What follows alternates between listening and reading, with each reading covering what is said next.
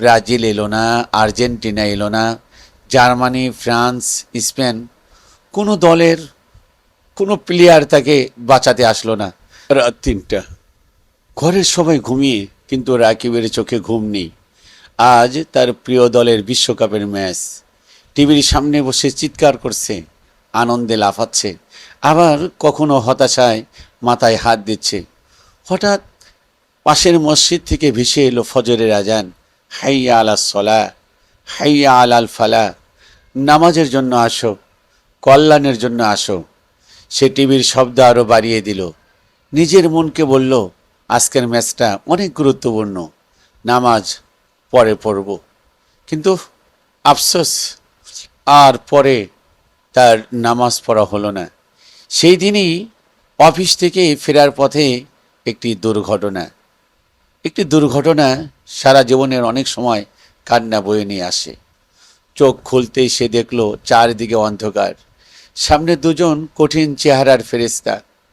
একজন জিজ্ঞাসা করল, মার রব্বুকা, ওমান দিনুকা, ওমান নাবিউকা। কোনো প্রশ্নের জবাব দিতে পারল না। রাকিব হতভম্ব হয়ে ডানে বামে সামনে পিছনে তাকালো।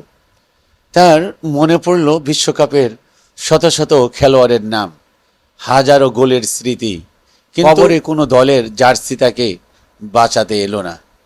ব্রাজিল এলো না, আর্জেন্টিনা এলো না, জার্মানি, ফ্রান্স, স্পেন, কোনো দলের কোনো প্লেয়ার তাকে বাঁচাতে আসলো না, যাদের জন্য এত আত্মত্যাগ, এত আত্মচিৎকার। কিন্তু শুধু নিজের আমল সামনে দাঁড়িয়ে রইল। সে হতভম্ব হয়ে তখন ভাবতেছিল, দুনিয়াতে আমি কি না করলাম, দুনিয়ার কোনো কিছুই আমার কাজে লাগলো না।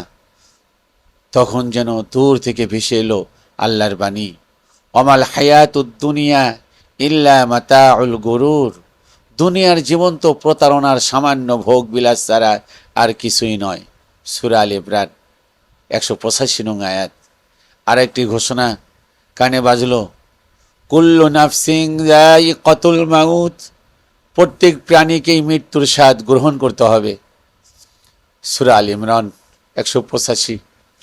রাকিব কাঁদতে লাগলো, হে আল্লাহ, আর একবার পৃথিবীতে পাঠিয়ে দিন, আমাকে আর একটাবার সুযোগ দিন।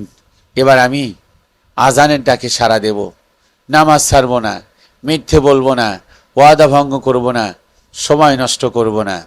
কিন্তু তখন তার অনেক দেরি হয়ে গিয়েছে, কারণ দুনিয়ার ম্যাচে অতিরিক্ত সময়, এক্সট্রা টাইম থাকে, কিন্তু জীবনের ম্যাচে এরকম কোনো এক্সট্রা টাইম থাকে না। ঠিক তখনই মনে পড়ে যায় আল্লামা ইকবালের সেই হৃদয়স্পর্শী একটি শের, আমল সে জিন্দিগি বানতি হে, এ জান্নাত ভি এ জাহান্নাম ভি, এ খা কে পা কে আপনা ফিতরত হে, এ খা কে আপনা নূরি হে, না নারী না নূরি। আমল দিয়ে জিন্দিগি তৈরি করো। আমল যদি ভালো হয় তাহলে তোমার জায়গা হলো জান্নাত, আমল যদি তোমার খারাপ হয়ে যায় তাহলে তোমার জায়গা হলো জাহান্নাম।